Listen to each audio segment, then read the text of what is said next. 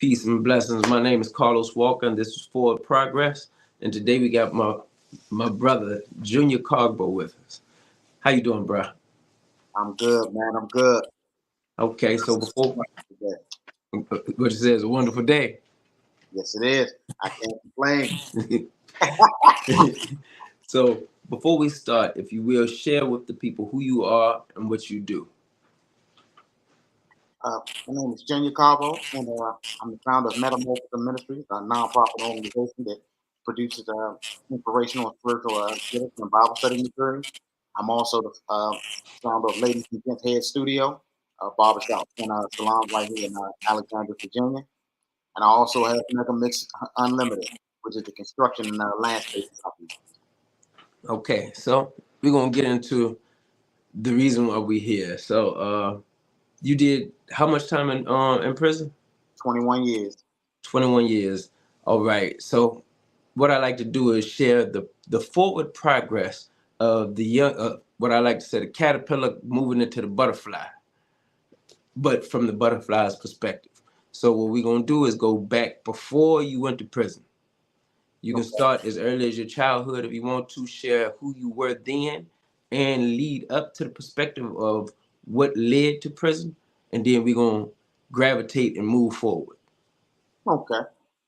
Uh, well, initially, started out pretty much like any kid in the city. The difference with me is I'm originally from Sierra Leone, so I moved here when I was just a child. But growing up, I went through all my schoolings in D.C. Not the best of neighborhoods, but not the worst of situations as far as my household is. A lot of love in the household. My mom was there. I grew up in a single parent household. But as any young kid, man, I kind of got lured to the streets. And I started liking the streets, and it went from bad to worse. It went from bad to worse. But one bad decision from my childhood, I got incarcerated my first time with an attempted murder at 12 years old. Went down Seton Hall, and that was the beginning of the end. Mm. Initially, when I went down there was a lot of things in the street that I wasn't already into. I was exposed to it, but not into it. But going down there with people that was further along and their criminal enterprise than I was at the time, it just took everything to a whole nother level. And it was one trip to prison after another trip, until eventually my last trip was ended me a life sentence in the penitentiary. Okay. Uh, just for anybody, especially any youth who end up watching this, what do you think, looking from now, what do you think was some of the things that led you to that? Was it the, I guess you could say, glitz and glitter of the streets? Was it just the community as a whole? Because you came from a loving household, even though it was single parent, you actually got love. Some people don't get love in the household, which lead them outside of the household. Tell me what I mean from your thought or your perspective, what may have led to that. First and foremost, of lack of male guidance. A lot of love for my mom. She did the best she could as a single parent, but people say it, and I think they don't really understand the power behind it. Mm. A woman, regardless of how strong and loving she is, she can't prepare you to be a man. Mm. God had designed her to do that. And so a lack of male guidance and loving leadership, because a lot of times, unfortunately, and especially in these cities with everybody hustling and busting just to make ends meet, just to survive, to come into a situation where you encounter a child, and whether it's because you're in a relationship with their mom or you're a neighbor or whatever the case may be, a lot of times these kids look at a lot of these males, and sad to say, everybody doesn't have the loving heart to just reach out and fall to that child. And some parents are kind of worried of it because you got a lot of widows, a lot of creeps out here that abuse children and stuff like that, abuse and take advantage of situations. And a lot of times you may have a man that is dealing with a woman, and him and the woman don't work out, but he loves the kid. But because him and her didn't work out, the kid comes out on the short end of the stick. Sad to say, for the kid, he's looking for that connection because a lot of times his birth father, his natural dad, is not there, not in the picture, or is just ill-equipped to give him the nurturing and the love that he wants. So a lot of times in these situations, it's just a lack of male guidance, a lack of male love, and role models. Because in the street, that's what they're actually getting in a negative connotation, and they think it's love because you'll go shoot somebody with them, you'll go rob somebody with them, we hustling together. But nah, that ain't really. You're not equipping me to become a man. You're not equipping me to live successfully in this world.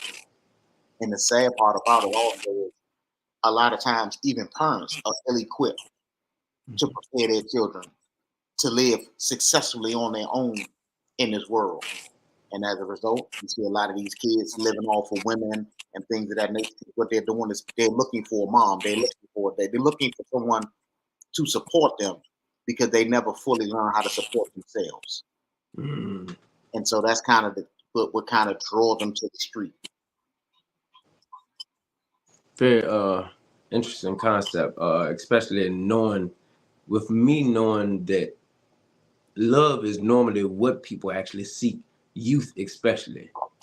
And in today's time, parents are either too busy working, but especially in inner cities, like you said, the hustle and bustle, you're either too busy working to make ends meet, so the kid is out to fend for themselves, technically going and hanging with the blind leading the blind, other youth around their age who are blind as well, and they're getting into stuff, stealing cars, uh, just nowhere to go, nowhere to put all this energy and activity into. So that leaves them running wild. Go ahead, they look like one. I do. A lot of times, what we fail to realize, love is always the first thing, even if it's an unconscious thing that they're looking for. Mm-hmm. It's always looking for love. No matter how masculine and bravado the appearance or persona may appear, it's always love first. But then they're also looking for guidance. But that guidance covers a broad spectrum of things that they're looking for. Guidance on how to be successful as far as getting money, guidance on how to get drugs, guidance on how to get. They're looking for the guidance because if they had the answers, they would be doing half of the stuff they're doing. So, like, even when you look in the street and they look at the guys that are getting money, what they're really saying without saying it is, I want to learn how to get money like that guy. I Mm-hmm. want to figure out how he got to commit. I want to figure out how to do this. I want to figure out even some of the guys that got the reputation for being killers or whatever the case may be. I want to know how to do that. So they're looking for guidance second, love first, guidance second. But it's guidance on just how to navigate through life in the direction that they are trying to go in because a lot of them really don't have a direction. And so It's just up in the air at that point. they have a saying, he that does not know where he's going will probably end up somewhere else. Mm. And so since a lot of them don't really have a set goal, a set plan, even if you're at the average high school student, man, what do you do next? I guess I'm gonna go to college. I guess I'm gonna go to trade school. They don't really have a clear cut direction on what they're doing. I'm going to Michigan University. I'm studying biology. I'm gonna do this. They don't really have a plan. They're kind of figuring it out along the way, Mm. and they need. When I No, was, but you had maps. Like now they got GPS and all that, but even on the map, you need to have a destination. You need to be look, going. that's one of my favorite sayings. Look, at least pick your destination. You ain't got to know how you gonna get there. That's But right. with a destination, I put it into my mind, which is the biggest GPS or computer that you own, That's right. and then from there, you as long as you're, the Bible says, ask and you shall receive. Ask yourself, seek, go and do the work to find out how to get there, and knocking the door would be answered. That's right. But back to your point, go ahead. Well, now you good, but So that's the whole thing. That direction, that guidance, that's that love. Because normally, the only place that you're going to get love and unequivocal guidance is normally from a parent. So you look for it in the household first. Because normally, if you get everything you need in the household, you really don't need much on the outside.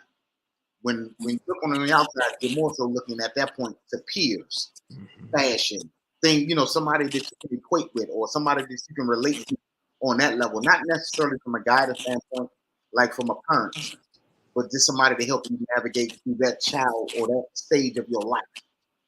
And so that's where school comes in. They got a little friend at school and they're looking at some of their clothes, they're looking at some of their outfit.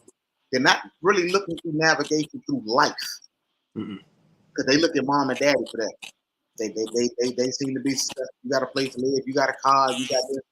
When you got a loving home, when you got a stable home environment.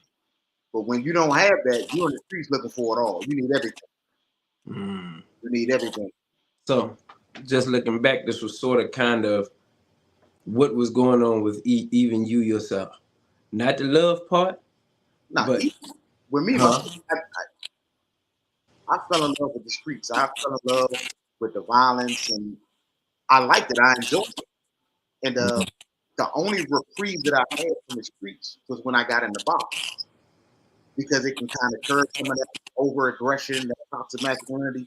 It kind of curbed that, and it was older men in there that gave me the guidance. Like, just because you got the skill, just because you got the talent, that don't mean you go off the street and just do Mm. whatever. So it gave a little bit of discipline, but I still enjoyed beating people up, hurting. I liked it. I enjoyed it. You know what I'm saying? It was fun to me. And because I was so small, I always got plenty of opportunities to just do it to people. And I liked it. But the problem with that is a lot of older guys in the neighborhood seen that and they seen that as strength and they took advantage of that. Now I got drugs in my hands. Now I got guns in my hands. And so to just beating people up on the street, went to stabbing people, shooting people, situation with the money, just it just went from bad to worse. So, at the age of what did you go to prison? The first time or the last time? The last time. The last time I was 18. Okay, you're 18 years old. You done. If you don't mind sharing with the people what it was. Because I never made it back out. Actually, 17. They let me out by accident on another murder charge, and I caught the last one. So actually 17. Okay, so 17, you get locked up, murder charge. What was running through your mind when they gave you your time? Because they ended up giving you a life sentence. I'm gonna get back on the pill. Surely, I ain't gonna do all this time. I'm not gonna do it. I'll be all right. You done beat what an attempted murder before. They let you out on another joint, I done beat an attempted murder. I beat 2 murder charges prior to this murder charge, and then catch this one. and then catch this one. So now in your mind, oh, I'm still about to go home. Look. Yeah, they just got me caught up because dude told me I'll be out. I'm gonna get out on the pill. They ain't gonna hold me. Got it. So Yeah, you you 18, wide open. I'm assuming, especially because you just came up the street. exactly. Your I don't know how long was it before you things clicked in your mind that you was doing time and that I got to I got to straighten up. I got to move different because when I met you, it was totally different. So your mind state. How long was that transition period? What kind of really kicked in for me? My mom had a nervous breakdown after I was incarcerated. Before I got incarcerated, my mom was in the hospital, so her health was declining then, but she was good. She was okay, but it was just getting bad. And all my life, how people are like, man, you gonna kill that woman, man. That woman love you, man. Why you take your mom through that? This stuff, and you really don't think that your actions have that much of an effect on somebody. Mm. So, you hear somebody, man, you gonna kill that woman. That woman love you, man. You killing that woman. You don't really think that that's what that actually means. So shortly after my incarceration, not shortly, a few years after my incarceration, my mom had a nervous breakdown, and she was in the nursing home until the day she passed away. That messed me up pretty bad. Uh, I had got the Lord, and I had been there for a while. I left maximum security. I went to a place called Aquan. When I went to Aquan, after a few years of being down there, I got a caseworker. The caseworker was from my country, and so At that time, I had not met anyone else from Africa to my entire incarceration. At that point, in Lord, and so it was just like, what the heck are you doing here? Like people from our country, we don't end up here. Like what are you doing, man? Like and it was just kind of throwing him off. So my little calls that I call to the nursing home, I get a chance to talk to my mom's doctors and stuff like that, and it started really bothering me, man. It started really bothering me. So they set it up, and I went to go see my mom. They made a special visit. I had never seen nothing before. Like that was the only time. That was the last time I got to see my mom before she passed. And this was in like 95, 96, something like that. But went to go see my mom's, man, and she was not doing good at all. And she couldn't believe that it was me when they took me to go see her. She couldn't believe it, and that really changed things for me because I realized that if I don't get out of prison soon, I'll never see my mom again on the outside. So what was the, because this was, you was in Lord now. Yeah, I'm still in law. Okay, because I was about to say, look, I know federal prison, boy, they don't do that. I'm not kidding about that. And thank God you was in Lord that time, because this wouldn't have happened. Oh yeah, I already know. So I'm assuming Lorden actually did this a couple times, other than just you. But Yeah, they had different situations for people, but Lawton, because it was still a DC prison, mm-hmm. you had a lot more flexibility. You had a lot more understanding because most of the people that worked in Lawton either lived in DC or were familiar with DC.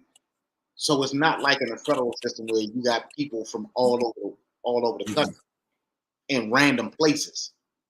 Lawton was a DC prison run by pretty much DC guards, and so it was a lot more things available. Even like they had work release programs where once you got down to a certain custody level, they'd take you out on the street and you'll be working like out in society just to go to prison back at night.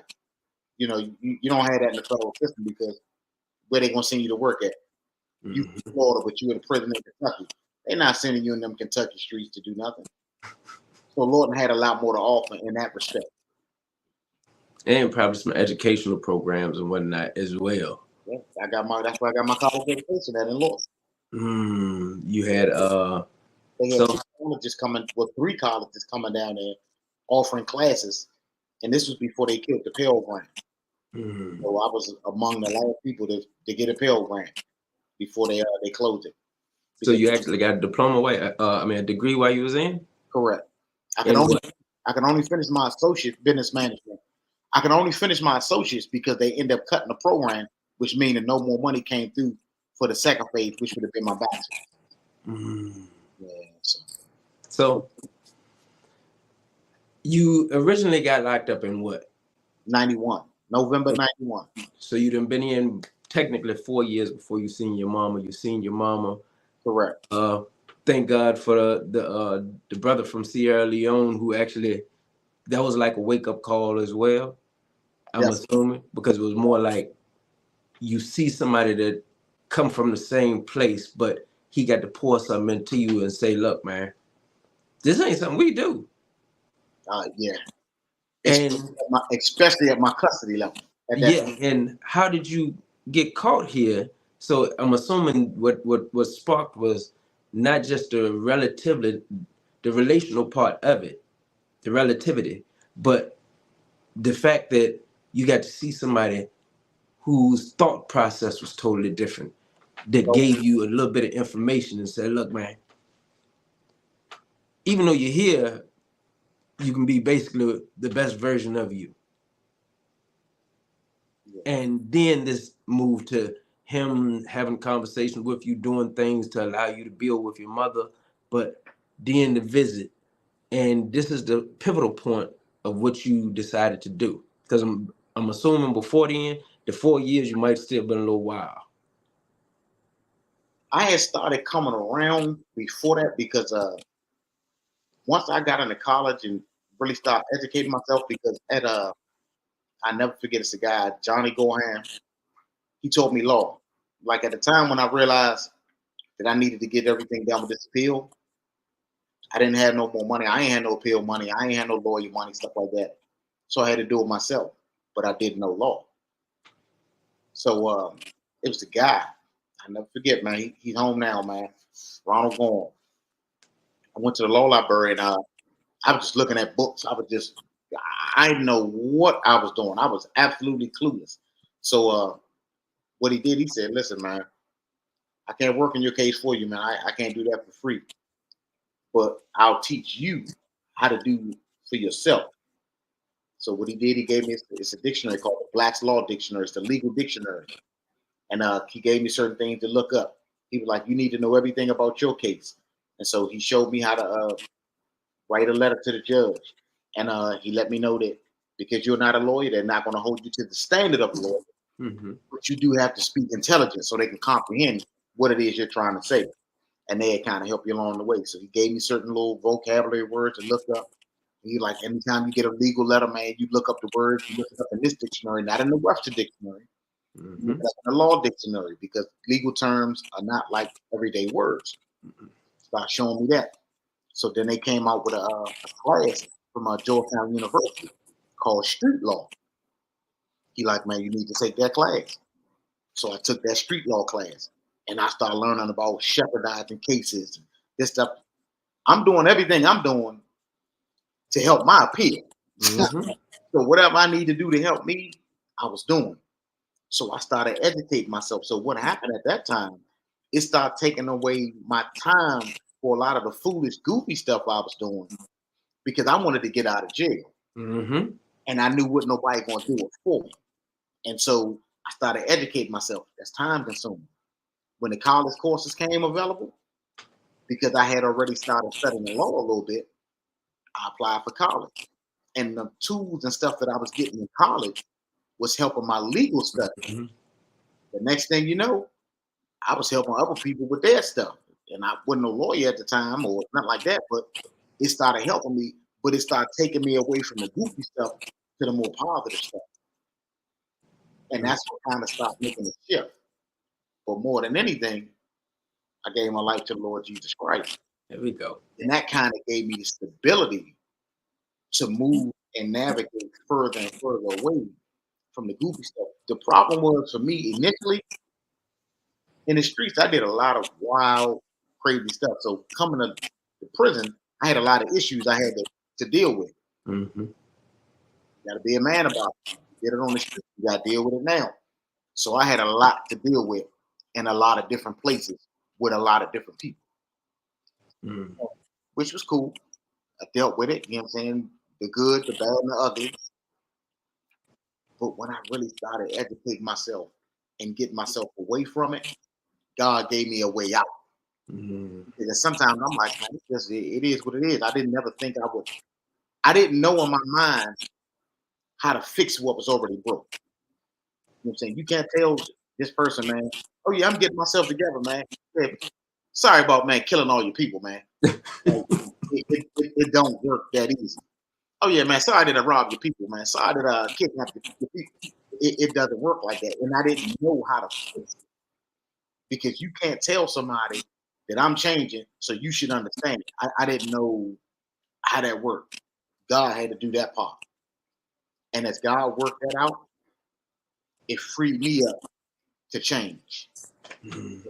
Kind of hard to change when you got ongoing situations that you got to deal with. And especially when you only know one way to deal with things. The only way I knew was right. I didn't know nothing. Mm-hmm. I didn't know about diplomacy. I didn't know about politicking and all that. All I knew is you got a problem, go deal with it. That's it. That's all I knew. So God That, had to fix a lot that was broken. that also speak to, I guess, the youth of today. They don't understand politicking. They don't understand diplomacy. All they know is shoot it out That's all. because that's what they see on TV. That's what they see on videos. That's what they see in or hear in the music. And that's It's also that's all they see in their everyday environment. yep. Their peer group, that's all they know. The people that they're looking up to, their OGs or That's whatever, all they know. they know. And so Right. that's all they know. They don't have any examples on how can we resolve this? In a political way. They don't know that. So you in here, you then started building your rebuilding yourself or rethinking the way that you think. As a man think, one of my favorite verses is, as a man thinketh in his heart, so is he. You started thinking better. Mindset to me is everything. It is. You took on Christ's mindset basically Exactly. and decided to rethink of how you move. So from 95 up until you left, what was your life like? Because you are seeing things going around. Prison is a It is. hostile, but a university at the same time. It's a hostile environment, but as even you have just said, there's college. There's there's programs that you can rehabilitate yourself if you so choose. Or you can so choose the latter, to stay in the bullcrap. That's right. But you rethinking the way you shaped your thoughts, your mind frame, how you wanted your life to be, because even in your mind, you didn't believe that you was going to stay there. You technically came in thinking different than most people saying, man, I'm in here forever. That was never your frame of mind. You was going, hey, I'm going to beat this appeal at some point. Look, no, to be honest, that's technically what you just said in the beginning. Hey, I didn't beat stuff before. Look, hey, I'm gonna beat this, even though I got an L. And it seems like what happened. Yes, you had to wait a little bit. Yes, God had to allow people to meet, or you to meet people as well, to help change the mind frame. But from then till the day you left, speak about the transition and the work that you done, because you did work in there. Yeah, I did a lot of work. One of the greatest things about my transformation was the people God allowed me to meet along the way. A lot of the some of the greatest people I've met in my life, I've met in there. You've been Listen, some of the closest people in my life I've met. I met while I was in there. My entire adult life was shaped in prison and mostly by prison. mm-hmm. The support, the love, the guidance, a lot of the things that I got from people that were in there just like me. And when I look back, and it kind of pains me now because a lot of the young people now don't got it because a lot of us are gone, Mm-hmm. and it's hurtful. Like when I first came in, regardless of what a person was into, I mean, dope fiend, homosexual, gangster, whatever, gang banger, whatever you want to call it, everybody had a soft spot for young people. In other words, they see a young guy coming there, they give you some books. Child, you need to read. Most of the people I knew that was in prison had never read a book in their entire life till they came to prison. I'm being one. They wouldn't just give you the little urban knowledge that Robert came and they didn't have any.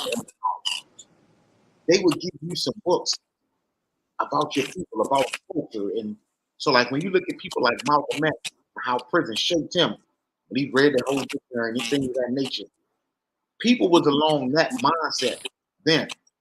So when you look at like in Lawton, I don't know if you ever got a chance to see the prison of terror, the movie by Eon the Twin that they put out. I haven't watched it yet. They Lawton produced a lot of good caliber men. Mm-hmm. I don't have flaws, like we all do. However, the output of production that they put out resonated with prisoners to change your mindset. That man, you can be more than a dope boy, man. You can be more than a drug dealer, man. Even though you've been incarcerated. So people writing books, people writing screenplays, people going out getting businesses. You're seeing this in and out of prison. And people are starting to work while they're in prison. So when they get out and you seeing it, you're like, dang, yeah, man, Slim went out there, man. He got this, he got that, he doing that. And it touches you when you see that it was somebody in the same circumstances that you was in, somebody that you ate soups with, somebody that you walked the yard with and talked with, to see him take these prison dreams and Shoot. come out and make it a reality. Like, man, you know what? I can do this. Man, that man walk together every day. it starts changing your thinking. Like, you know what? I can go out there and make it. I can go out there and do it. This stuff that I'm learning in here does work. It does translate to the street. But you got to stay at it. You got to stay focused. You got to have your mind right. And I started empowering myself, educating myself, because I began to realize what I didn't like was when I seen guys going out and coming back in, going out and coming Mhm. back in. It matters what you do when you're in there. Come on now. It matters how you spend your time, because that is how you're gonna prepare yourself to stay out there. That's how you're gonna prepare yourself to be successful. And I started learning this while I was still in there, because I got tired of seeing guys come in. Like, you go out, you do real good out, and you come right back in. You're looking at me. Go right back out, come back in. And all I was saying is, God, just give me a chance to go out there, man. Just give me an opportunity. But I had to keep empowering myself. I had to keep getting more knowledge, more skills, more training, more job work ethic. Because prior to my incarceration, I had never worked a consistent job in my life. I've been in the streets. I've been selling drugs, man, since I was in elementary school. Like, that's all I knew. I'm either going to sell some drugs or take some, one or the other. And to learn to work ethic, you got to get up every morning, early in the morning, man. Go to work. When I got to the federal system, go to work. Went to Unicorn, did this, and it made me feel good to be able to earn money legally and be able to send money out. I ain't on the phone calling, man. Send me this, send me this, send me this. I'm like, yeah, so and so birthday coming up. I'm about to send you something, man. Yeah, go ahead and buy the X, Y, and Z. That felt good. That It's felt good. the, I could do it legally. it sounds like you already said that prison helped develop you to become a man. Most of your adult life, you was there. That's Or right. so what happens is this is the development stage to get you to success. But the discipline and everything came from being around men, also putting yourself in working environments, making yourself the best version of you. So whenever you did, because of the things you've seen, people to come back, people to do all this, you just needed one shot. But the discipline was built inside the code that the diamond may form and be shown when it was time. Give me one sec. Hold up. So in this development stage, you built to become the diamond that it is now. And talk about some of the things that you did to help the environment that you was in while you were there. Because this is part of your forward progress that you still do even now, the community work. Uh, one of the most important things that I would say was mentorship. And it didn't start out as a conscious thing. Just I never liked bullies. I never liked people getting pressed out. But I also didn't like soft people too. But in prison, even though DC don't got no gangs, we got a lot of cliques. Yeah. So if you come in prison and you come from a neighborhood, put it like this: if your neighborhood ain't make city under siege, your neighborhood ain't count. Like, they wasn't putting in no work over there. So a lot of good men got pressed because it just wasn't a lot of people from their neighborhoods. So unless you was a cold-blooded, stand-up man, you won't have a whole lot of problems a lot of times if you didn't really click up, because some people were like loners on the street. It was just him. He was a man, cold-blooded man. He ain't have a click with him. It wasn't a lot of them. And so, like, a lot of times you had people that were kind of like the underdogs. They Mm-hmm. weren't getting pressed or nothing like that, but they were like the underdogs. And a lot of people didn't really know how to navigate through prison. Didn't really know how to. And so sometimes I kind of took people to the wing and kind of showed them, like, some of the things you do, some of the things you don't do. And it felt good because that's what the older guy did to me. Like, Shawty, whatever habits you got, you need to learn to support it. You gonna smoke cigarettes? You need to figure out how to get cigarettes without asking somebody for something. You gonna drink coffee? You need to figure that stuff out. And I realized a lot of young guys coming in, they never knew how to hustle. They knew how to rob. They knew how to sell drugs. That didn't make you a hustler. Mm-mm. You never knew how to get money. That's something we grew up doing. Mm-hmm. I was young, we'd be at the store. Excuse me, man. Can I help you take your bags to the car? Excuse me, sir, can we help you pump your gas? As a kid, as a little kid, and just washing windows. We learn how to get money. I catch a bus to school. I go get candy from the store because I didn't get dropped off at school. I had to catch the bus. Stop at the candy store, take my little lunch money, buy candy, and at lunchtime I'm pumping candy. I'm selling. So I got addicted to money, but I learned how to hustle before I got to jail. A lot of other young guys came to jail, never knew how to hustle. They just knew how to sell drugs. Mm-hmm. And if you didn't have any family member on the street sending you something in, you're gonna have a rough time, man. And so just mentorship, kind of like showing people, taking people on the wings. And it felt good just to be able to do that, that I had enough love and respect within my community to be able to do that. And even in a church, the same thing in the church, showing people about Christ and showing people, man, that just because you're in the church, that will make you soft. And then Lawton was a very predatory place. So to be able to be a Christian, like, nah, I ain't no Muslim.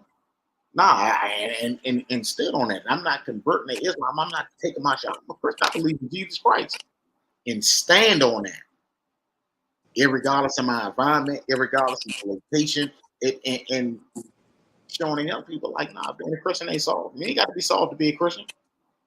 And so it gave me an opportunity to show young people a different way. You don't have to become Muslim. You don't have to do this. You don't have to do that. You don't have to do this just to fit in. You don't have to get high. You ain't got to sell sniff dope. You ain't got to smoke weed. You ain't got to do all that goofy stuff. And so just giving them another opportunity. And then even when I got into the federal system, it was a whole lot more opportunity development. And so they start allowing me to have little classes, various classes that I can teach and things of that nature. And it was wonderful because it showed me that I could be a different version of myself that I ever had before. And I loved it. I loved it. And it prepared me. And that's when I created, before I ever got released, I created a release preparation manual for people getting out of jail. And I had never been out of jail before. That I still use to this day, that people still use to this day to prepare them to re-enter society. But it felt good. And those are some of the things that I did to actually give back and to help create structure. Appreciate you too. You're welcome. As always, I always tell you, one of my mentors. God brought you into my life to help reshape who I was. Certain men, kind of like yourself, I did 13 years in prison most of my adult life, technically, because from 24 to 37, I was studying in prison. But to have people such as yourself that had already established themselves, the grounds, the base work to become who they became, helped reshape me and move me forward to who I am today. Like you said, if it wasn't for the men that did it for you, and I salute each and every one of them, and I'm thankful for them because you wouldn't have been the person that I got to walk into had they not been there to reshape your thinking. And this is how the cycle is broke. This is how men become men, because according to the Bible, I might mess this up, but basically, every seed produces of its own seed. Of its own kind. Out of its own kind. Every animal produces of its own kind. Every man produces of its own kind. Once you start to realize that this is what you're called to do, you start to mentor, teach, give that of your own kind. Or as God created us, of his own kind. And now we have the ability to breathe. I just realized just Googled inspire the other day. And I already know it meant to encourage. It also says to excite. But I did not know that it meant to breathe life into. So when you are talking to somebody, when you are inspiring them to be the best version of them, you are doing as God did to Adam. You're breathing life into. And as you talk, you are breathing God's breath into people as you are speaking and exciting insight and that flame that's in them that they don't even know. I'm reading As a Man Thinketh online now. Okay. And yeah, I'm rereading it. I done read it before, but I want people to understand this is one of the books that changed my life and helped me to see the things become. And it spoke about the seed having the acorn having the walnut tree or whatever tree, I forgot the tree, but that tree inside of it. It's the potential of the tree that's already there. It just has to be some water that drops on it that kick out the tail for it to start. Right. And this is the same thing with anytime somebody encourages you or inspires you, we get to breathe life and do just as that. We are the water, and it opens up for it to take off and become the greatest thing that you'll never know it had the potential to be. And this is people, and you did it. You and a bunch of other men did it for me. So I always tip my hat, and I think for those that did the same thing for you, because they beget that we are seeing now, and we are producing fruit because of them. Amen. Now, share a little bit more of the things that we're gonna move forward. Before I do that, I should have asked. No, I think I did ask, but I'm gonna ask this question: the day that you got out, tell me what it felt like psychologically, because there's a lot of emotions, there's a lot of stuff going on, but you are now free. If you can, lay that on the people. Woo. That was one of the greatest feelings and surreal feelings of my entire life. To be stripped away from everything and everyone that you love and isolated, and I had nothing but dreams and memories, and it just the door opened up and you just out. That was the most surreal thing I had ever felt. And I was always scared that I was going to wake up and be dreaming. Mm. Like this is over with, man. I'm dreaming, man. I'm still locked up. And so each day, man, it was just beautiful, but it was scary because I did not want it to be a dream. I did not want it to be a dream. And it took a minute for me to realize I'm really out here. These people really cut me loose. I, it was beautiful. It was amazing. And even just thinking about it right now takes me back to that moment. One of the most surreal feelings I've ever felt. It was amazing. Now share some of the things that you have done, the accomplishments, the what you still do as far as mentorship, and how you have really helped the community since you've been home. Because you've been home now, what, 12 years? Mm-hmm. 12 years. Share how the experience that you knew, prison life, have adapted and transformed you into what you are, but how you utilized every skill, every gift from there, brought it here, and now is manifesting to greater things and the community work that you do here. One of the greatest things that I take pride in and I love, God put me in a good environment. He put me in a barbershop. I had never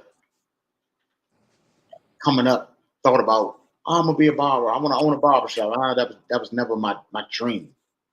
That came later. I didn't even know how to cut hair. I learned how to cut hair in prison. However, I love kids, specifically young men, specifically inner city young men, men that Mm-hmm. have the same struggles and the same hurts, and the same things that I've been through. And so in the barbershop, you get an opportunity to watch kids grow. Mm-hmm.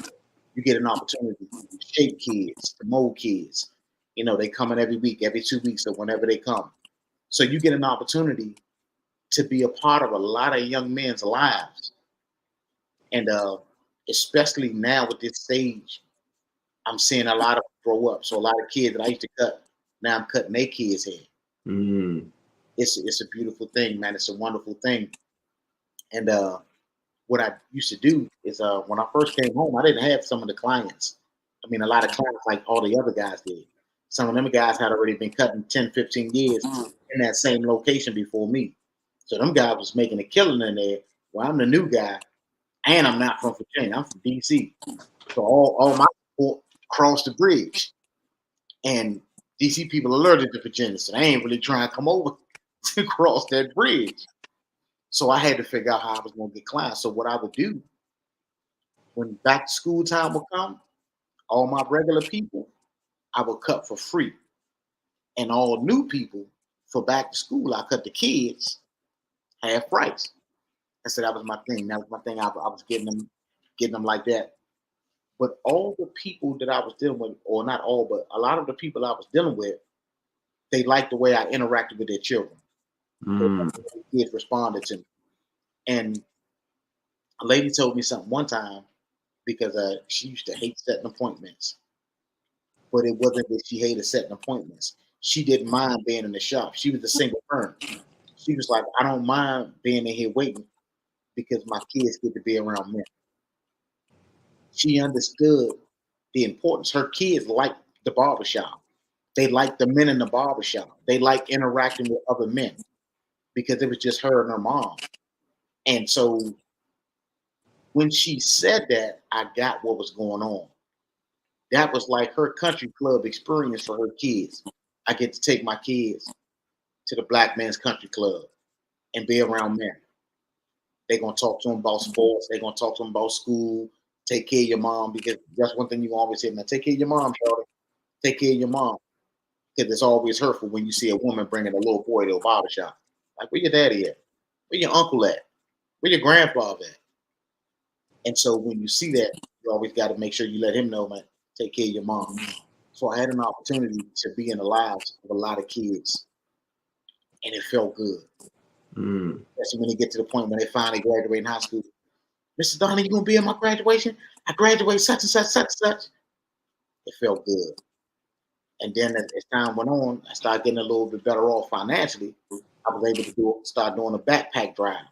So I buy a few backpacks, whatever my money could stand at the time. And because I would also take money from the ministry that I got, and we would support a backpack drive. We go buy backpacks, we go buy school supplies and stuff like that. And so all my regular customers, I go ahead and when their kids come and get their free haircut, I give them a backpack with school supplies because I know how hard it can be for a single parent.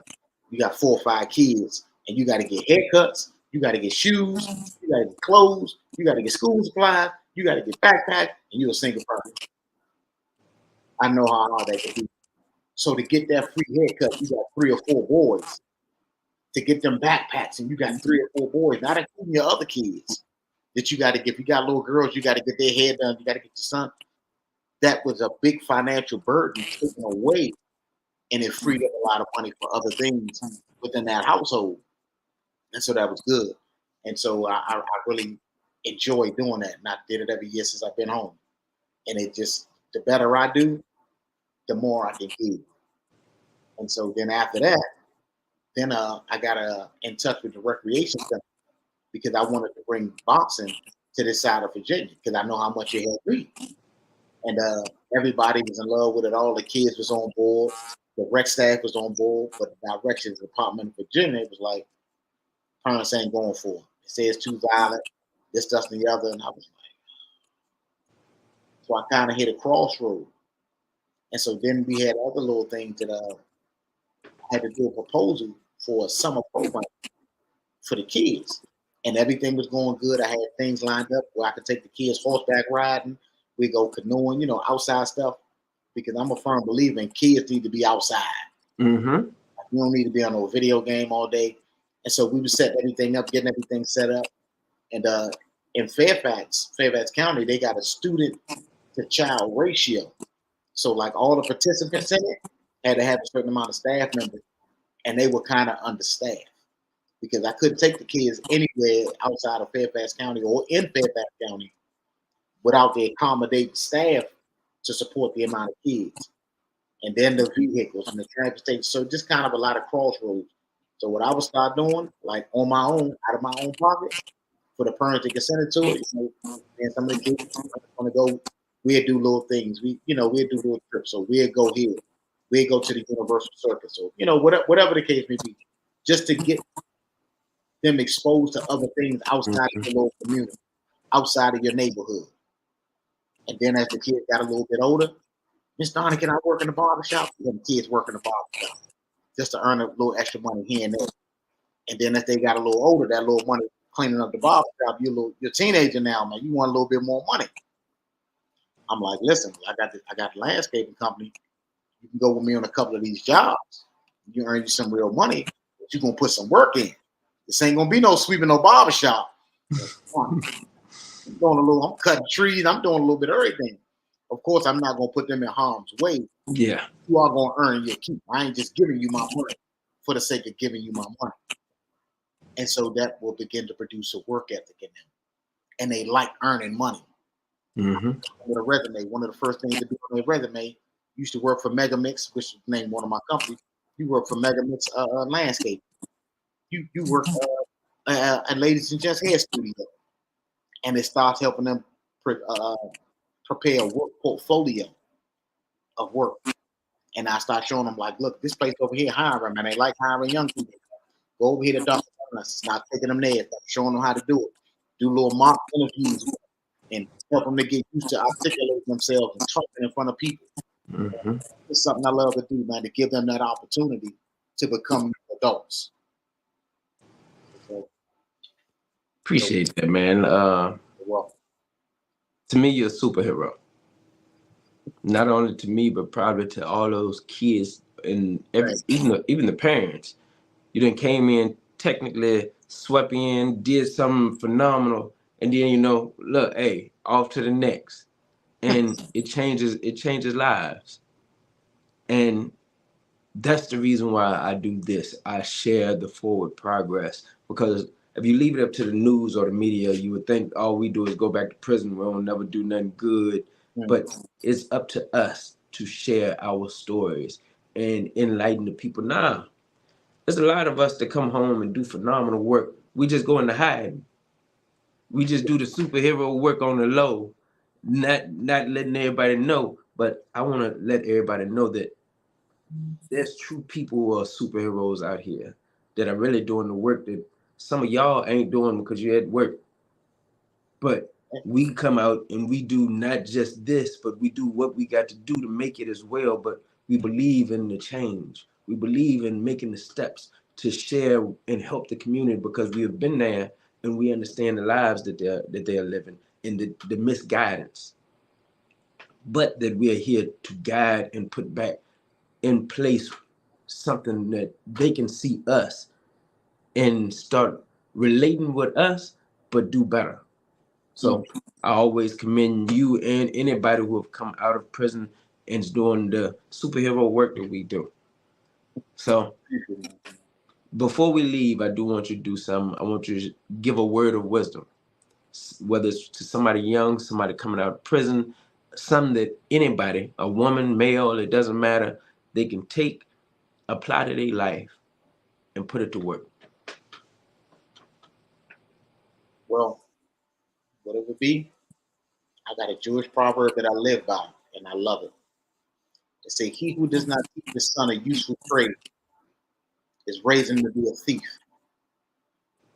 And so my word of wisdom, even if you don't have children, you got nieces and nephews. Even if you don't have nieces and nephews, you have friends that have children.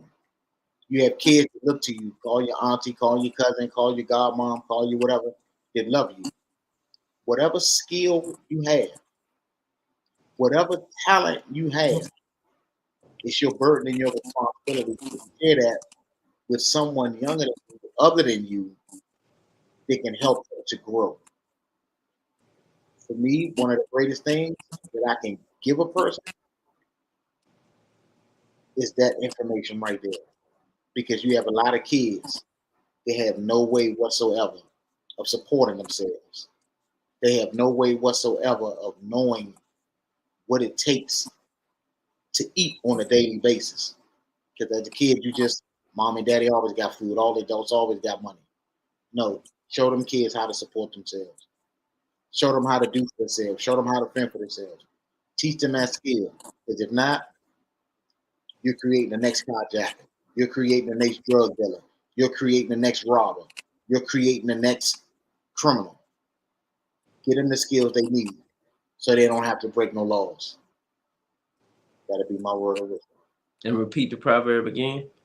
He who does not teach his son a useful trade is raising him to be a thief. That's powerful. That's powerful. So with that, we're gonna end. My name is Carlos Walker. This is, to me, Donnie, but Junior Cogwell, and this is Forward Progress. Thank each and every one of y'all. And hey, that's my mentor to each and every one of y'all who sin. Love you, bro. Now I love you too, man. Peace and blessings. You already know it.